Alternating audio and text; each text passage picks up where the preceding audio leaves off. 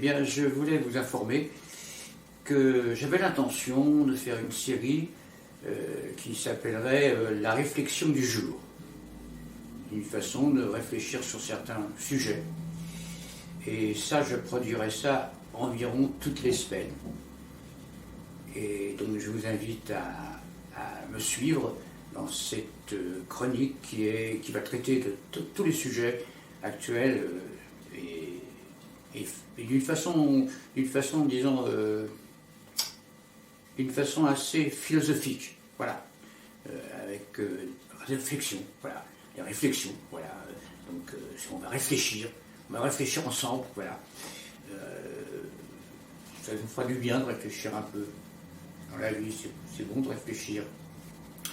Ouais, c'est bien de réfléchir. Moi, j'aime bien réfléchir. Je vous invite donc, je pense, la semaine prochaine, pour ma première chronique sur la réflexion du jour. Voilà, on va réfléchir. Bisous. Bonjour mes amis. Eh bien voilà, la réflexion du jour. La réflexion du jour, c'est sur la démocratie. Et oui. Alors on entend parler démocratie par-ci, démocratie par-là, journellement, et au fond, on ne sait vraiment pas ce qu'est la démocratie. Oui, alors dans ces cas-là, je fais toujours appel, disons, aux Grecs qui donnaient les définitions démos. Démos, ça vient de pour le peuple, et kratos, c'est pas gratis, hein. Kratos, c'est de gouverner.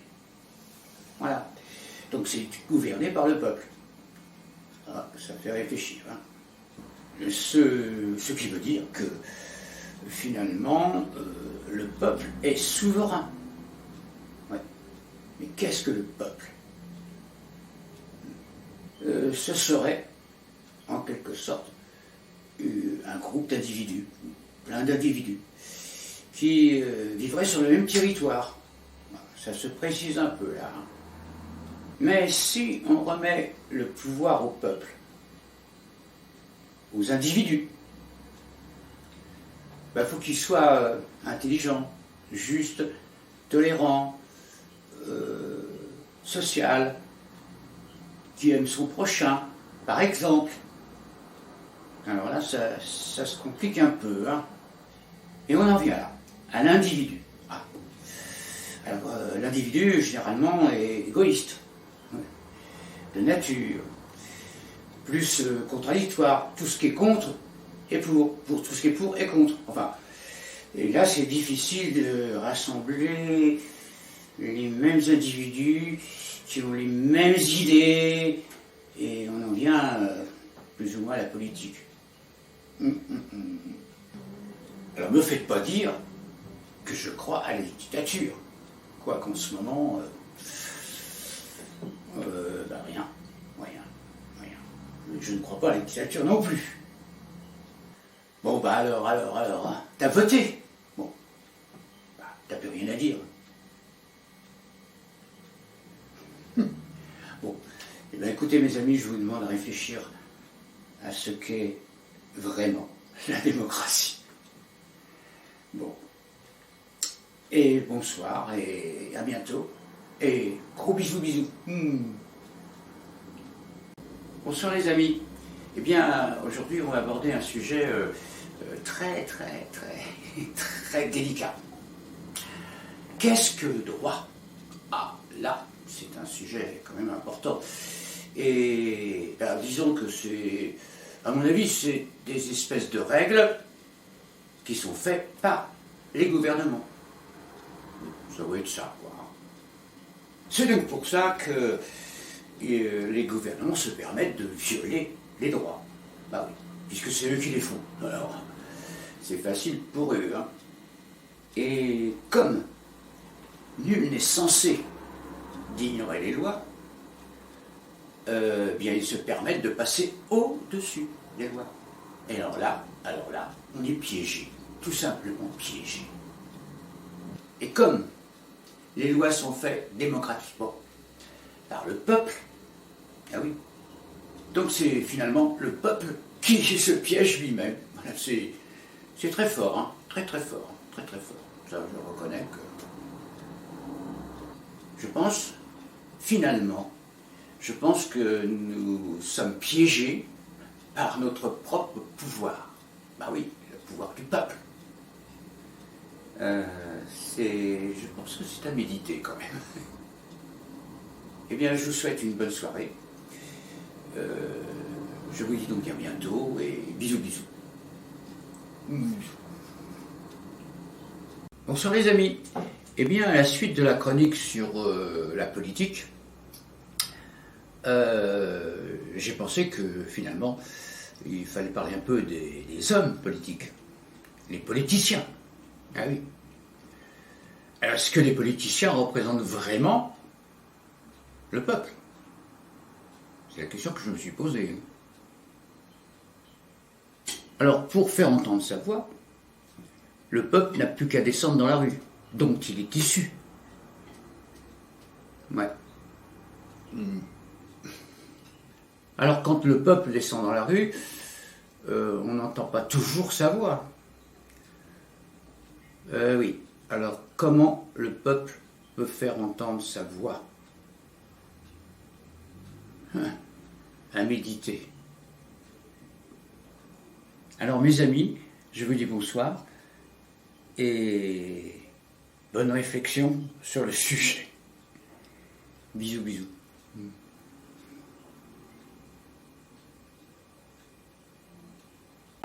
J'ai trouvé pas un nouveau mot, mais enfin, on entend parler continuellement complotiste.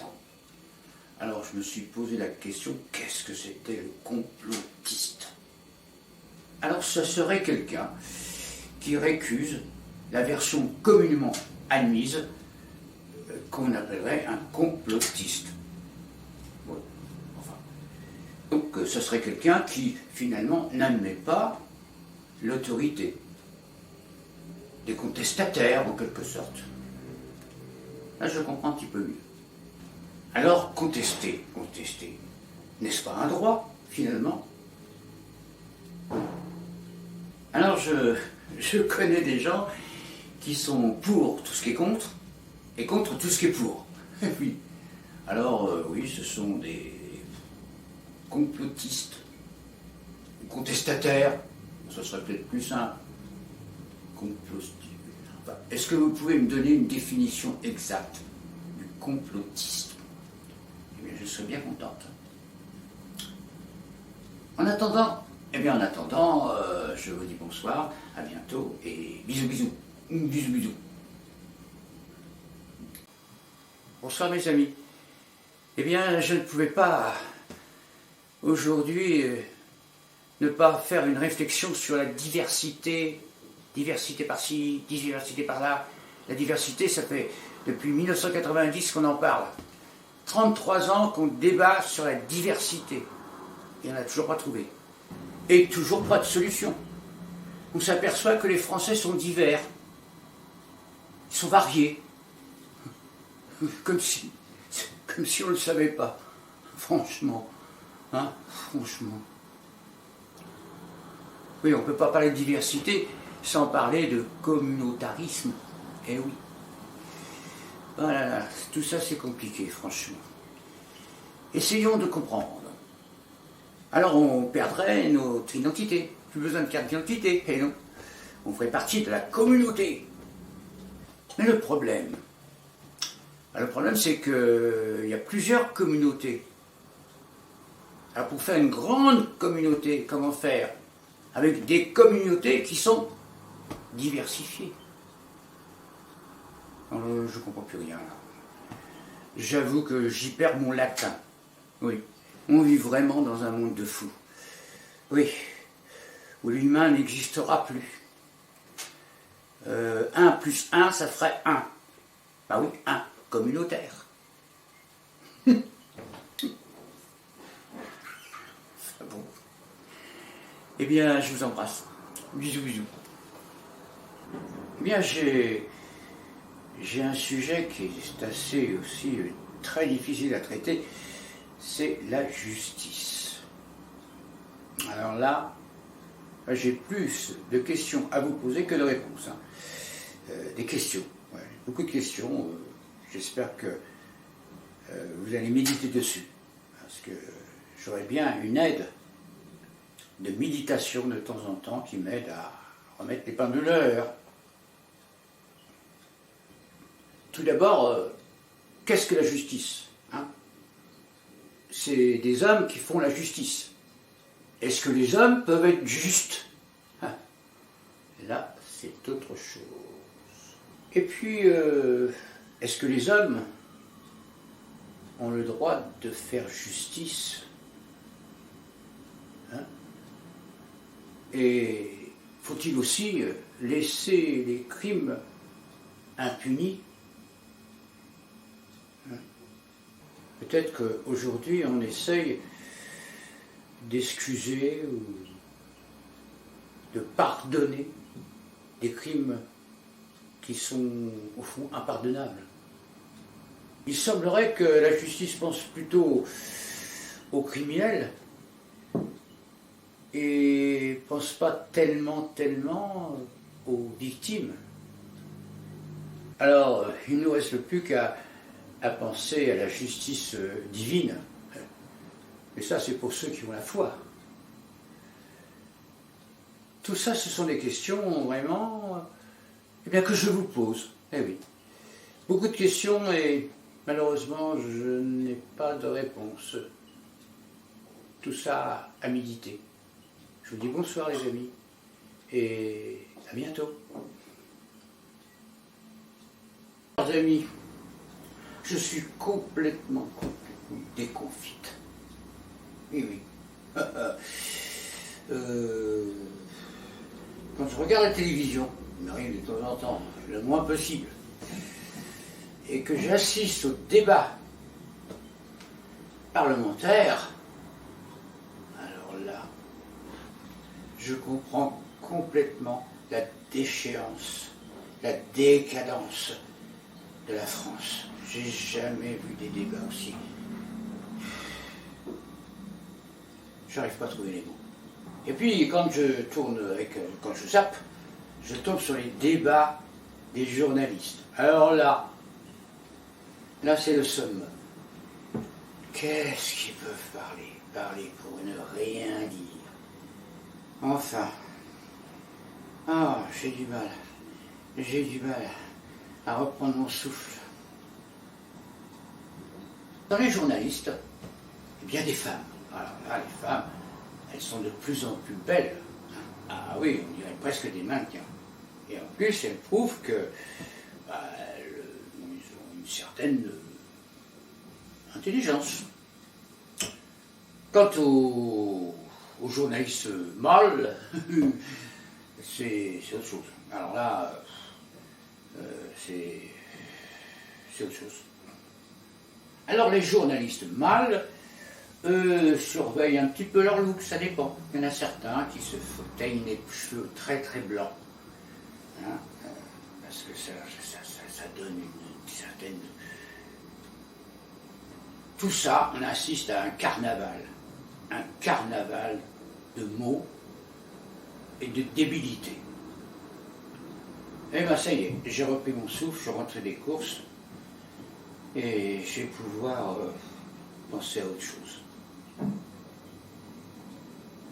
Alors dans ce petit monde-là, tout le monde veut être une star de télévision. Je passe à la télévision. Alors il faut que je me fasse belle. Et puis moi, il faut que je surveille ma coiffure. Non, elle est complètement débile.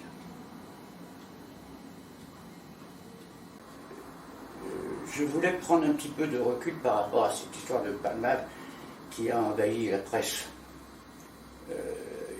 C'est incroyable parce qu'on a l'impression qu'on parle plus de palmade, l'individu, que des victimes proprement dites. Alors on nous a expliqué que dans le show business c'était monnaie courante, la drogue circulait, comme si c'était une excuse. Hein. Alors que dans le milieu artistique, pour être, disons, un génie, hein, il est nécessaire de se droguer et de boire de l'alcool. Alors on a cité aussi Van Gogh, Baudelaire, Verlaine, mais ils ne prenaient pas la route, hein. La différence est là. À cette époque-là, bon, les accidents de fiacre, c'était un peu plus rare quand même, hein. Alors, avec les médias et la presse people, on pourrait penser que Palmade, c'est lui la victime. Oui, il est victime de la drogue. Eh oui. Le pauvre chéri, il n'a pas pu s'en sortir, vous comprenez. Voilà, il n'a pas pu. Pourtant, il a fait des efforts, il a fait des efforts, mais il n'a pas pu s'en sortir. Non, mais on nous prend pour qui? Pour qui on nous prend? Alors, moi, j'aimerais bien qu'on mette un omerta sur ce personnage et qu'on n'en parle plus de ce personnage. Il ne mérite pas une seconde de télévision. Par contre, les victimes, là, c'est autre chose. Et puis, le sujet de la drogue et de l'alcool, mais ça fait des années qu'on en parle et que notre société bien pensante déblatère, débat sur ce sujet et ne trouve pas de solution. Voilà, c'est ça qui est lamentable. Bien, mes derniers propos seront une pensée profonde pour cette famille et ces corps brisés, défigurés, à jamais. Nous devrions avoir honte de cette société décadente, cette société sans morale. Je suis bien triste. Je suis triste. Je suis triste. Je suis triste, vraiment. Vraiment.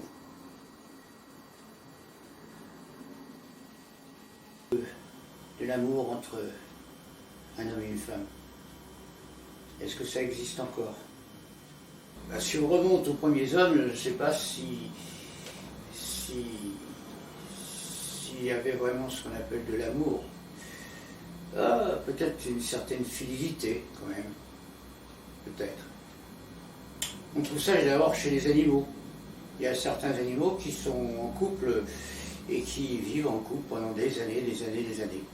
Alors on peut penser que, même si les premiers hommes n'étaient pas forcément des animaux, il y avait quand même peut-être quelques attaches entre l'homme et la femme. Et puis bon, sans aller remonter à Mathusalem, il y a eu une époque où, disons, qu'on pouvait parler vraiment de l'amour courtois. Et là, il s'est développé chez l'homme, plutôt chez la femme, enfin, on ne sait pas. Et les hommes, à cette époque-là, il fallait qu'ils attendent des années et des années de fiançailles avant de découvrir les jardins secrets de la dame. Peut-être que la femme n'a pas su, au cours des siècles, garder ses secrets, disons, intimes, du fait qu'elle est devenue pratiquement un objet. Un objet. Et on ne pouvait plus parler d'amour, là on pouvait parler simplement de sexe. Et là, ces derniers temps, on peut dire que ça s'est quand même aggravé, on ne parle que de sexe, et on ne parle plus d'amour. L'amour entre hommes et femmes est très subjectif. Il n'y a que la femme qui reste un petit peu dans les sentiments, dans l'amour. Alors on ne peut pas parler au niveau des hommes, parce que là, au niveau des hommes, on peut penser que les hommes sont redevenus à l'état primitif. Mais en plus avec certaines déviations. Déviation, je veux dire par là qu'ils recherchent le plaisir à tout prix. Alors, plaisir artificiel, plaisir subjectif, dont la femme fait toujours partie de l'objet. Elle est restée à ce stade-là. C'est vrai aussi qu'il y a eu peut-être une dégradation de la femme qui n'a pas su garder ses valeurs auprès des hommes. Ouais. On peut dire que l'amour a pratiquement disparu. Je n'appelle pas l'amour sexuel, ça en fait partie. Mais l'amour sincère, l'amour profond, l'amour où l'homme était transcendé par la femme qui représentait la compagne, la beauté aussi, la maternité, enfin, tout ce que fait la valeur d'une femme. Mais maintenant, de toute façon, les hommes s'en foutent éperdument d'une femme, d'une vraie femme. Ils cherchent... Qu'est-ce qu'ils cherchent, hein? Le bidet, qu'est-ce qu'ils cherchent? Le sexe. Le sexe. Et qu'est-ce que c'est le sexe? Hein? Bah, on va dire que c'est pas grand-chose. Pas grand-chose. Ça dure quoi? Quelques instants, quelques secondes de plaisir très fugace. Bon. Je voudrais bien qu'on donne la définition actuelle, ce qu'est l'amour entre hommes et femmes, bien sûr. Que le monde humain devient vide de sens. Il est proche du primate. Il a reculé des années-lumière. On peut peut-être dire que le monde d'aujourd'hui est devenu vide d'humanité. Il se rapproche à nos ancêtres, les primates. C'est incroyable. Même, les animaux sont beaucoup plus compatissants vis-à-vis de l'homme. Ça a toujours été des amis, ah oui. Mais là, je crois que on n'arrive même pas au stade de l'animal. Parce que les animaux, pour subsister, sont obligés, malgré tout, de chasser, de tuer. Nous, on n'en a pas besoin, les humains. On pourrait très bien vivre sans tuer. Ce qui faisait la différence entre les animaux et nous, c'est que nous avions de l'humanité. Maintenant, cette humanité n'existe plus. On redevient des animaux qui se battent pour des idées, pour...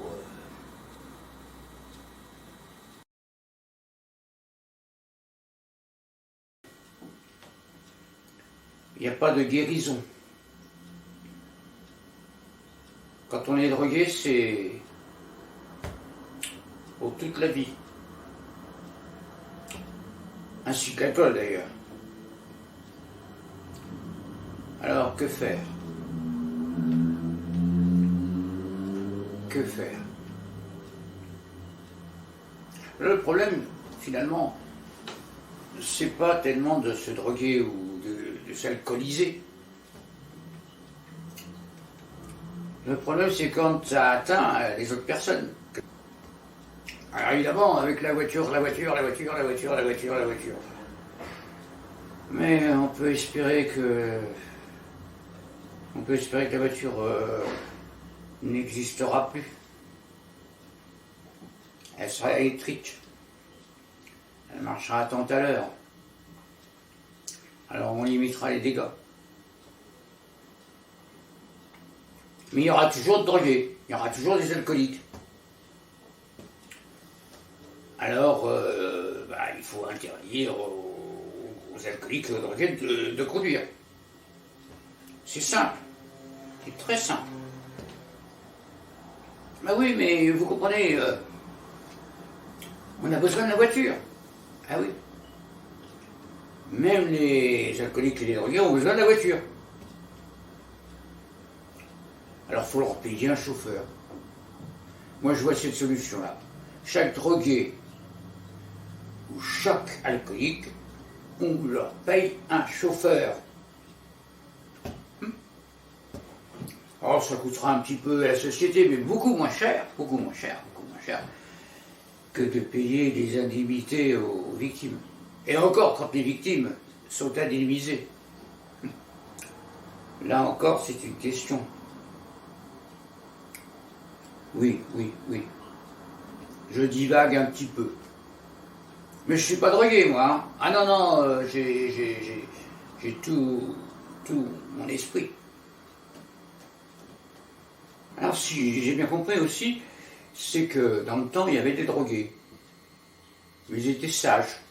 Ils se droguaient tranquillement dans leur coin. Maintenant, il y a la drogue plus le sexe. Ça, c'est nouveau. Drogue et sexe. En même temps. Ça, c'est quand même à étudier, hein, quand même à essayer de réfléchir. Hein. Alors, que les gens soient sur le sexe, moi je veux bien comprendre. Ça fait partie du plaisir. Quand ça n'arrive pas jusqu'au viol. Mais quand je vois la drogue plus le sexe, voilà. J'avoue que je ne comprends pas très bien. Ben, il faudrait qu'un drogué sexe m'explique. Mais ils sont dans l'incapacité d'expliquer. Qu'est-ce qu'ils recherchent? La jouissance, le plaisir, au détriment des autres. Alors ce sont forcément des irresponsables. Ah ouais. Irresponsables. Comment voulez-vous guérir des gens qui sont irresponsables? C'est plus des hommes. Ce sont plus des femmes aussi. Ce sont des gens qui sont déconnectés de la société. Alors, comment les reconnecter? Et je crois qu'il n'y a pas de solution. Enfin, d'après ce que les médecins disent, ou les philosophes disent, qu'il n'y a pas de solution pour les gens qui sont déconnectés. En attendant, je dis souvent que la société dont finalement je ne fais plus partie, je suis plus de cette planète qui est en train de sombrer.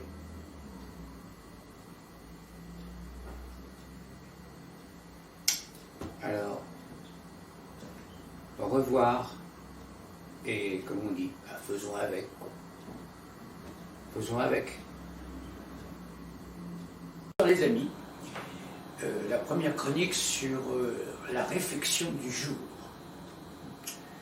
Alors ça sera sur le bonheur, pourquoi pas. On en a bien besoin en ce moment de bonheur. Hein. Le bonheur serait un état intérieur de satisfaction. Alors on pourrait peut-être comptabiliser des petits instants de bonheur, comme ça, dans la journée, dans le temps. Alors, pour ma personne, je ressens un instant de bonheur, en quelque sorte, quand on me sourit, quand on fait un geste pour moi, tout simplement quand on me fait plaisir. Oui, le plaisir. Ne serait-ce pas en quelque sorte le prélude au bonheur. Eh bien, recherchons le plaisir pour accéder à des petits instants, des petits instants de bonheur. À méditer, oui, oui. Et si vous avez quelques idées sur le bonheur, eh bien, vous m'en faites part, tout simplement. Eh bien, je vous souhaite un bon week-end et à bientôt dans les réflexions du jour. Voilà. Ah non mais, oh mais là, non mais, ça dépasse tout.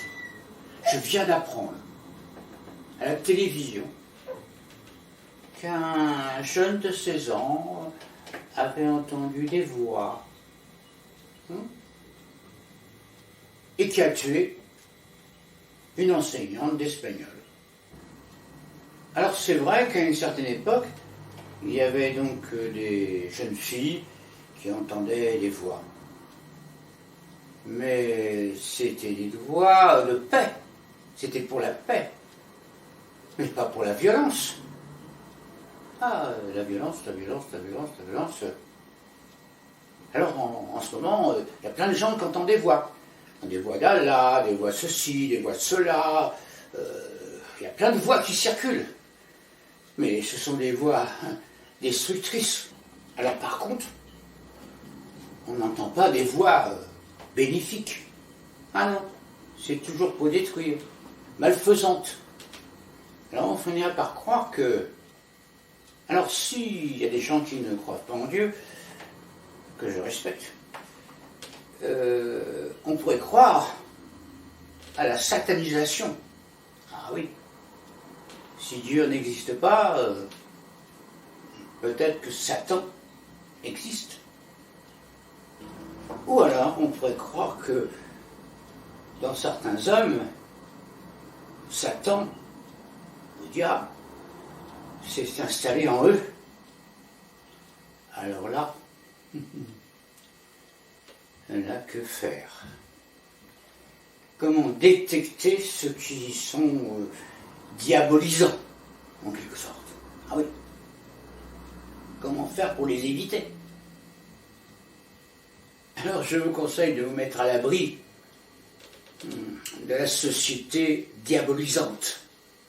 Parce que ça, la société diabolisante existe. Eh oui.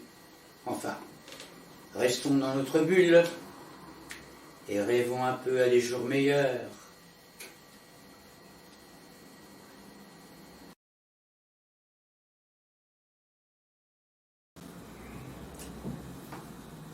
Alors, je suis né en 1941 et j'ai même participé aux barricades de mai 68. Eh oui, ça ne me rajeunit pas. Depuis, tout simplement, j'ai subi de multiples gouvernements qui n'ont rien arrangé d'ailleurs. Alors en 68, la jeunesse était là. Ah oui, on était là. Par contre, les syndicats n'étaient pas tellement au rendez-vous. Il faut avouer qu'ils n'ont pas tellement suivi.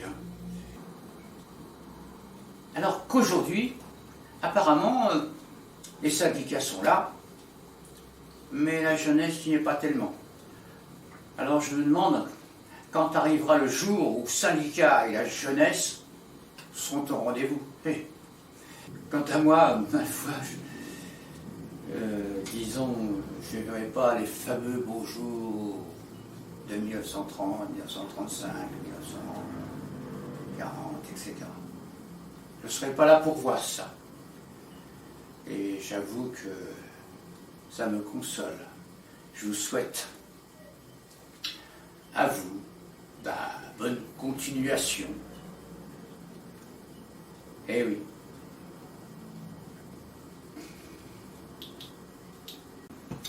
Eh bien, comme réflexion du jour, je vous propose une réflexion que je me suis faite déjà depuis un petit moment. Comment se fait-il qu'il y ait des gens qui sont assis confortablement, assis dans la société, qui dirige des gens qui sont debout. Je ne sais pas si vous m'avez bien comprise. Moi, je pense que ça demande réflexion. Enfin, en attendant, je vous souhaite un bon week-end entre deux manifestations, parce que maintenant c'est à l'ordre du jour, hein, c'est courant, en espérant que ça puisse se faire quelque chose plus tard. Eh bien, un bon week-end et bisous, bisous. Bisous, bisous.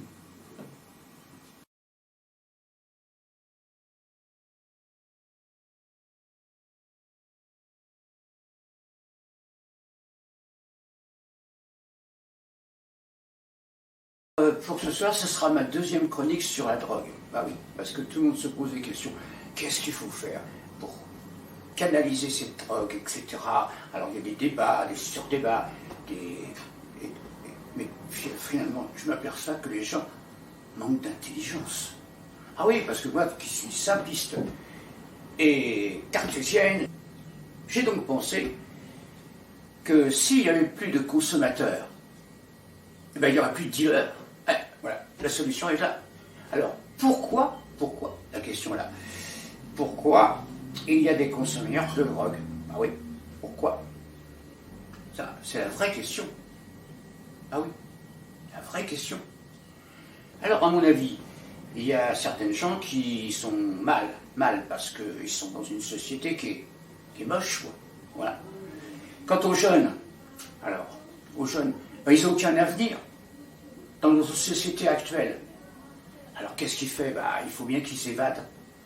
Ah, ils s'évadent comme ils peuvent, quoi, avec la drogue. Donc, je lance un appel.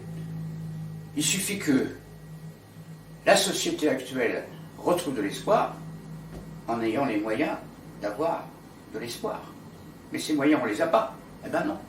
Chacun se plaint, mais à juste titre. Alors continuons à nous droguer, à faire des systèmes de... Alors, qu'est-ce qu'il faut faire? Eh oui, qu'est-ce qu'il faut faire? Ben, c'est simple, hein. Il faut redonner de l'espoir à la France. Alors, là, il faut chercher. Il faut chercher quelqu'un qui redonne de l'espoir à la France. Et j'ai vu, depuis 50 ans, différents gouvernements. Alors, ça bidouillait à droite, ça bidouillait à gauche. Et puis finalement, on en est là. Avec ce problème de drogue. C'est simple, avec moi, pas de consommateur, pas de dealer. Tiens, ça rime. Pas de consommateur, pas de dealer. Pas de consommateur, pas de dealer. Oui, ben c'est ça. Alors, pour qu'il n'y ait pas de consommateur, eh bien, il faut faire quelque chose. Ah oui, il faut faire quelque chose. Ça peut paraître une boutade, hein, mais pas du tout. À une certaine époque, ils avaient fait une campagne contre la prostitution.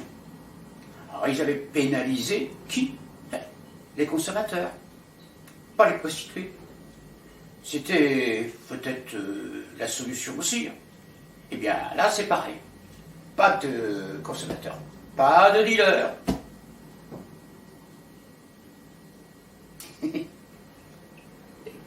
Bon, je vous dis bonsoir et je vous laisse méditer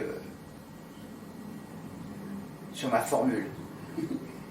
Pas de consommateur, pas de dealer, pas de consommateur, pas de dealer, pas de consommateur, pas de dealer. Oh là là. Bonsoir.